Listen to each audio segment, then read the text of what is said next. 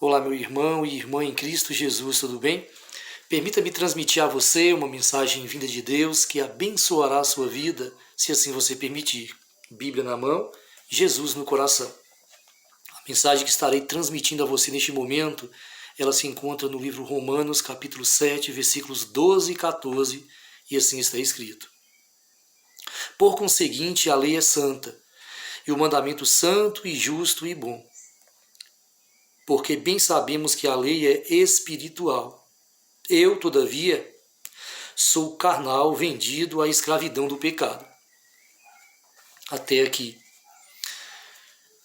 O que vem você a pensar quando ouve dizer em o ser carnal e o ser espiritual, o ser espírito? O ser carnal envolve o ser dotado de uma natureza pecaminosa. À luz da palavra de Deus, nos é revelado acerca do pecado, que o pecado é o transgredir a santa lei de Deus, e ao mesmo tempo o pecado é também o omitir-se em cumprir a vontade de Deus, conhecendo-a. E também é pecado o praticar a vontade de Deus, todavia, pela motivação errada, ausente do amor. Como assim aprendemos ao lermos João, capítulo 3, versículo 4, Tiago, capítulo 4, versículo 17 e 1 Coríntios, capítulo 13, versículo 3. Se o ser carnal envolve o ser dotado de uma natureza pecaminosa, como nós seres humanos somos dotados, pois como descendentes de Adão e Eva, a culpa deles assim também foi impregnada em nós, e toda descendência humana nasce com essa natureza, nasceu e nasce com essa natureza pecaminosa. Cabendo a nós buscarmos o antídoto, o remédio para a cura. Remédio esse unicamente encontrado naquele que é puro, que é santo, o nosso Deus Criador. E para nos socorrer, para nos ajudar, esse Deus preparou um plano de salvação desde a fundação do mundo.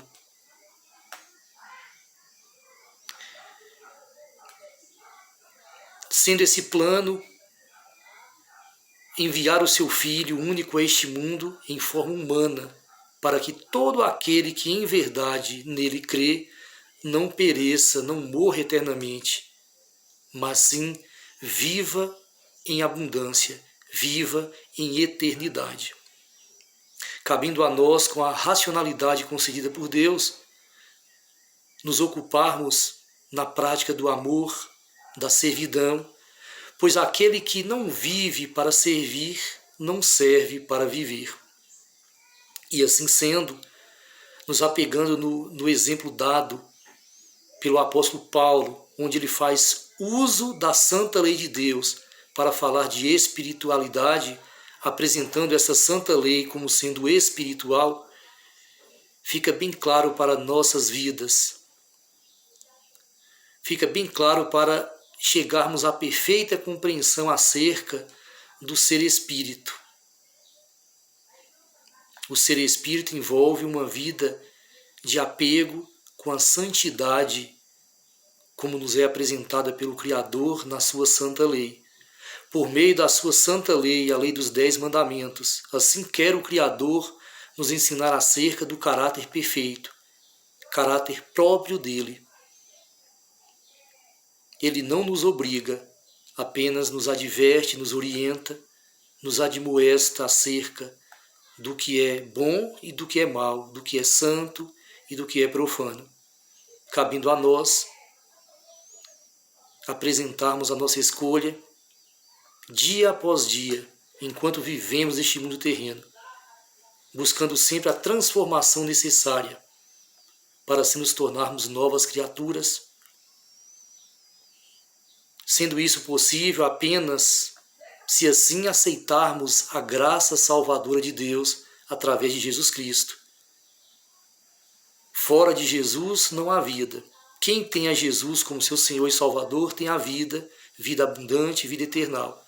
Todavia, o que o despreza, o que não o aceita como Senhor e Salvador, perde essa preciosa vida.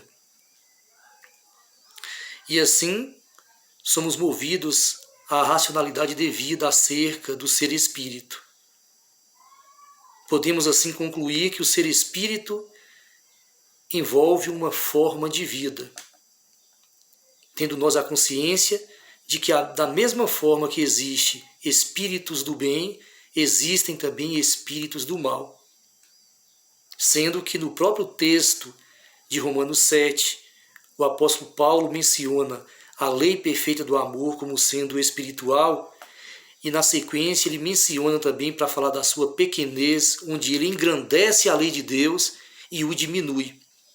Diminui nós, seres humanos, pois assim somos pequenos, ínfimos, diante do colossal, do gigantesco Deus, Criador de céus, terra, mares, fontes de água e tudo que há. E assim o apóstolo menciona também a lei que se opõe à lei santa de Deus, a lei do pecado, sendo esta pertencente ao astuto inimigo Satanás. Cabendo a nós refletirmos devidamente, fazendo bom uso da nossa racionalidade, para assim escolhermos perfeitamente, visando o nosso próprio bem e ao mesmo tempo visando também o bem do nosso semelhante, do nosso próximo, pois pelo exemplo dado, assim também podemos conduzir outras almas viventes a essa prática bem-vinda, devida, que conduz o ser humano a se aproximar do Deus que tudo criou, o único que tem o que há de melhor para cada um de nós, que é a sua promessa de vida eterna. E assim, aproveito a oportunidade também para apresentar exemplos bíblicos de confirmação ao que falo. E aqui vou apresentar 2 exemplos acerca da ressurreição, pois há muitas pessoas espalhadas por todo o mundo que se apegam em interpretações erradas ou na interpretação errada acerca do ser espírito, como apresentando o ser espírito como um ser imaterial, não dotado de materialidade, um ser não físico. E à luz da palavra de Deus nos é revelado por meio, por exemplo, da ressurreição de Lázaro, amigo de Jesus. Ao ser ressuscitado, Lázaro saiu do seu túmulo em carne e osso. Da mesma forma, o próprio Jesus Cristo, depois do seu óbito, ao ser ressuscitado, ele renasceu também em carne e osso. Pois assim nos é revelado acerca de Lázaro, em João capítulo 11, acerca da ressurreição de Jesus, em Lucas capítulo 24, versículos 36 ao 43, quando Jesus, tendo encontrado com os seus discípulos, futuros apóstolos, assim ele pediu para ser tocado e foi tocado. Da mesma forma, sentindo fome, ele pediu algo para comer, comendo assim, segundo diz o texto bíblico, um peixe assado com um favo de mel, o que nos mostra perfeitamente acerca de que o ser espírito não tem nada a ver com um ser fantasma, um ser imaterial, mas sim com um ser físico, material, como nos é dado o exemplo acerca de Lázaro, de Jesus e outros exemplos mais apresentados na palavra de Deus. Outro exemplo que quero citar também é o exemplo da transfiguração de Jesus Cristo, onde, como apresentado em Mateus capítulo 17, versículos 1 ao 8, onde assim Elias e Moisés, seres humanos, trasladados ao terceiro céu, morada de Deus, sendo que Elias não conheceu a morte, foi trasladado vivo, sem conhecer a morte, enquanto que Moisés morreu, foi ressuscitado, para assim ser enviado ao terceiro céu, sendo que Moisés representa todo aquele que chegará ao óbito e que assim será ressuscitado após o advento de Cristo Jesus para a grande honra de vida eterna.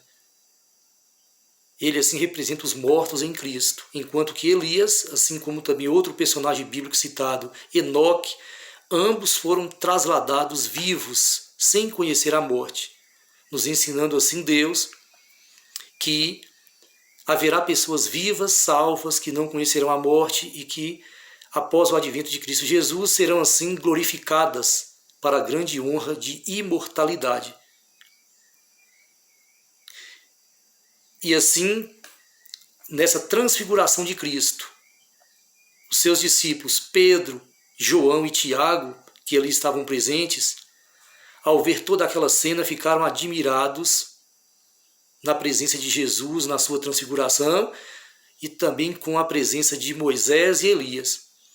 E o que Pedro disse, que se assim eles quisessem, que ele construiria 3 tendas, para que ambos pudessem se proteger do frio da madrugada, o que não convém a um ser espírito sem físico e material. Muito claro, não acha? E ao mesmo tempo aqui quero falar também sobre outra ideia errônea que muitas pessoas apresentam acerca da morte, onde é dito que o morto, que o ser humano ao morrer, o seu espírito sai do seu corpo e vai direto para o céu, o que biblicamente falando é um erro grotesco. E assim há pessoas que fazem uso de texto fora do contexto e com isso acabam falando coisas indevidas. Por exemplo, Filipenses capítulo 1, versículo 23. Assim está escrito: ora, de um e outro lado estou constrangido, tendo o desejo de partir e estar com Cristo, o que é incomparavelmente melhor. Analisando o contexto bíblico de Filipenses 1, aqui o apóstolo Paulo diz isso em um momento em que ele, sendo perseguido por servir a Cristo, pregar a verdade divina, estando ele em prisão, sofrendo, humilhado, e por isso ele diz que o morrer é lucro. Por que o morrer seria lucro ali para Paulo? Porque ele tinha consciência exata do servo de Deus que ele era. E que se assim ele saísse daquele sofrimento, para ele sair do sofrimento tivesse que ser por meio da morte, seria um consolo para ele, porque ele saberia que ele iria adormecer em Cristo e que um dia, mais cedo ou mais tarde, esse Jesus Salvador virá e assim o resgataria desse sono profundo da morte, o livrando da morte e o colocando na vida, vida abundante, vida eternal. E para confirmar ainda mais o que falo, apresento mais um escrito do mesmo apóstolo Paulo, agora em 2 Timóteo capítulo 4, versículo 8, onde no verso 7, ele já tendo a consciência ali da chegada do seu fim nesta vida terrena finita, ele diz, ele escreveu: combati o bom combate, completei a carreira, guardei a fé. Assim ele escreveu a Timóteo. E no verso 8 ele apresenta: já agora a coroa da justiça me está guardada, a qual o Senhor reto juiz me dará naquele dia, e não somente a mim, mas também a todos quantos amam a sua vinda. Aqui está claro, o próprio apóstolo Paulo deixa claro, que a coroa da justiça, o ser imortal, o viver com Cristo para sempre, isso só será possível quando, naquele dia, o precioso dia, o glorioso dia do advento, da volta de Jesus Cristo. Somente após o advento de Cristo Jesus é que o ser humano que morre assim poderá ter o privilégio de sair da sua sepultura, como Lázaro saiu em vida terrena após morrer e ser ressuscitado para continuar nessa vida terrena. Se de fato o ser humano morresse e já fosse direto para o céu, não teria lógica alguma Jesus tirar Lázaro do paraíso para trazê-lo a um mundo de perdição como esse. Não acha? Sendo assim, meu irmão, que Deus abençoe a sua vida, que assim você possa fazer bom uso da sua racionalidade, para que assim possa ter uma vida de aproximação permanente com esse Deus Criador de infinito amor, que quer o melhor para a sua vida, assim como Ele quer para a minha também.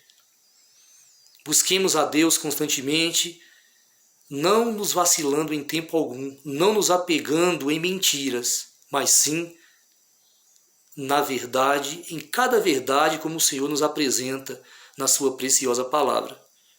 Ore comigo neste momento. Bondoso Deus, Pai querido, Todo-Poderoso, neste momento em oração engrandecemos o Teu nome, pois somente o Senhor é digno, Senhor Deus, de toda adoração, de todo